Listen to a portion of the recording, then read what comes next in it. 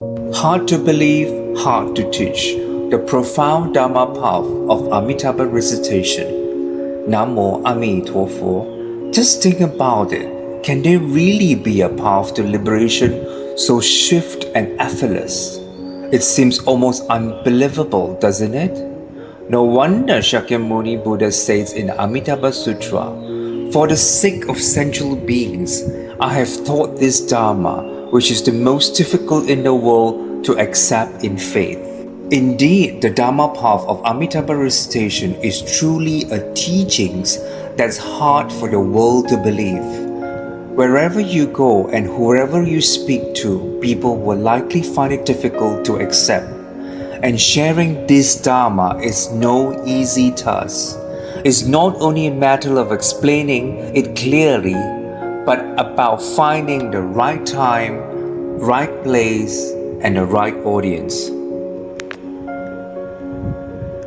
That's why Shakyamuni Buddha laminated.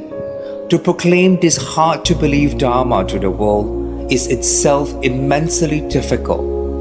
If it's not conveyed skillfully, people will not only dismiss it, they may even turn against you and slander it. Even if someone comes to believe, a misguided understanding may twist the teaching into, well, if Amitabha Buddha's vow guarantees my salvation, why bother doing good or being virtuous? I may as well indulge myself and enjoy life to the fullness. Misled by this distorted view, they could end up doing all sorts of wrong, acting recklessly and without restraint. This is why this Dharma is not only hard to believe, it's also hard to teach.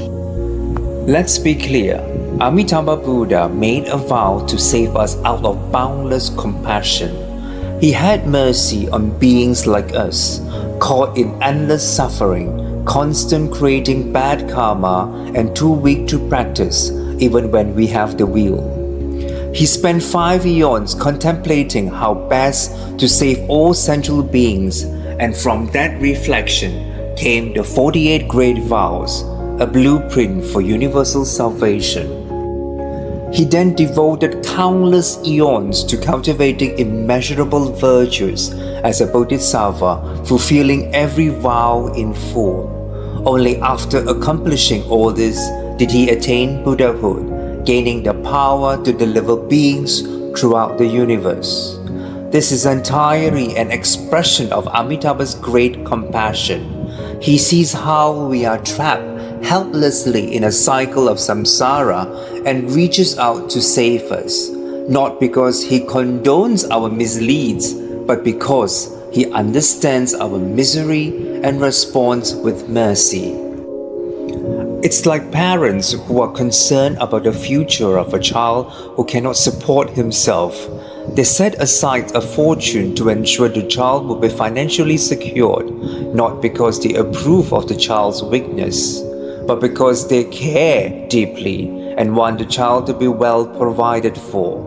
In the same way, Amitabha Buddha sees how deeply rooted our greed, anger, and ignorance are, and how it's impossible it is for us to break free from the cycle of birth and death on our own. This is why, out of boundless compassion, he made his vows to save us, not because he condones our wrongdoing. When we truly take in Amitabha's compassion, we begin to understand what it means to be cherished by the Buddha. That realization softens us. We start to see others with the same empathy, with a heart that wants to protect, to care, and to consider their needs. Sometimes it even moves us to put others before ourselves. And as we reflect on Amitabha's mercy and acceptance towards us, we gradually learn to let go of resentment, to stop keeping score, and to embrace others with the same generosity of spirit. This path emphasizes Amitabha Buddha's compassion deliverance and speaks less often of avoiding evil and doing good, or of the detailed practice of the 6 perfections, However, once we truly feel His compassion, those very virtues will naturally blossom in our hearts and express themselves in our actions. Thank you. Namo Amituofo.